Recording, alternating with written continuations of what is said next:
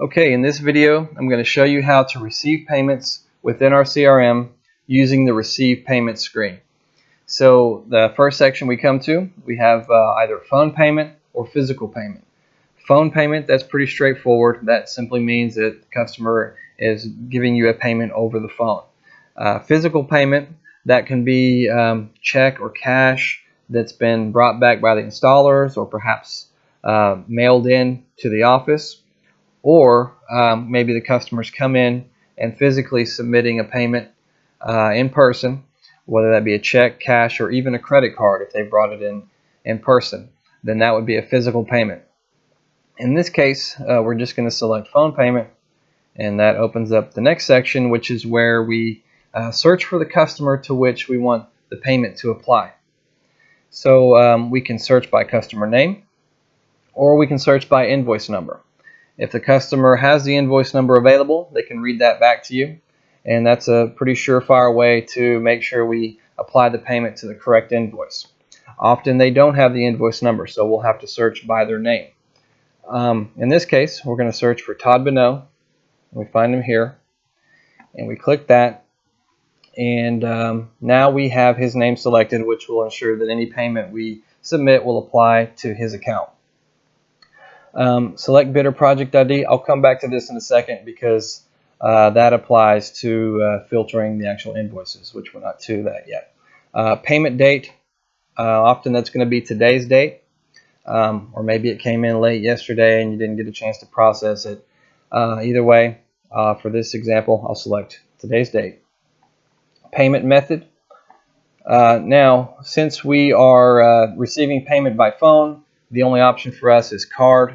Had we selected physical payment, we'd have more options here. But in this case, I'll select card. And this new field appears, transaction ID. That is required in order to process this payment. In order to get the transaction ID, we actually have to process the card. Clicking that takes us over here. Another video shows you how to process the payment within Authorize.net. So I won't go into that. But for now, let's just pretend we've done that and we have a transaction ID to enter, and then we just enter it here. Moving on to the next. So now we're down to the actual invoices here. So if there were many invoices listed here, too many to look through, then we could use this select bid or project ID up here to filter them down. In this case, there's only 3, so we'll most likely know which one we want to select, and we can just select that and run that payment. But for the sake of this demonstration, I will show you if we knew the specific project number or the address, which if you're on the phone with the customer, you'll most likely be able to determine that by asking them. So let's say we want to apply a payment to invoice number, actually we don't know the invoice, but address 65 Plano Road. So we click that, and that narrows it down to this specific invoice here. So that's invoice 0306 for $2,600. So we can simply select this, which will autofill the payment, which by default it assumes we're paying the entire invoice. If we weren't paying the entire invoice and the customer, let's say, just wanted to pay $2,000 against this invoice, we could change that in this field, and that would change the amount to apply to that invoice. One last thing I want to show you, we don't necessarily have to have an invoice created in order to receive a payment.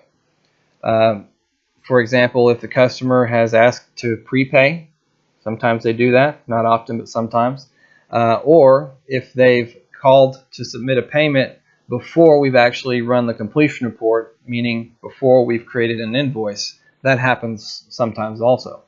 So we can simply select the project or bid that we want the payment to apply to. And if we don't have an invoice already created to select, then we have to choose either a bid or a project here. So let's say we wanted to receive payment for, let's say, a prepayment. Let's say for address 3156 Pin Oak Court. We can select that here, and there's no invoices to show. And so we have that selected, so we would simply enter the amount that we want to pay. Let's say the customer is prepaying, let's say $500. So what this will do is this will receive a credit against the customer's account for address 3156, bid number 665. And that credit will be in his account, and as soon as the invoice is created later on, it will automatically apply the credit to the invoice and cancel out. But that's how you would receive a payment if there's no invoice already created. And as I said, in this case, you would actually have to select a project or bid. Otherwise, it won't know what payment to apply it to. So once you have all that entered, you simply click Submit. And if we were really wanting to do this, we would click Submit, of course, but this is just demonstration, so I'm going to cancel. But that's all for this video. I hope it helps, and appreciate you watching. Thanks.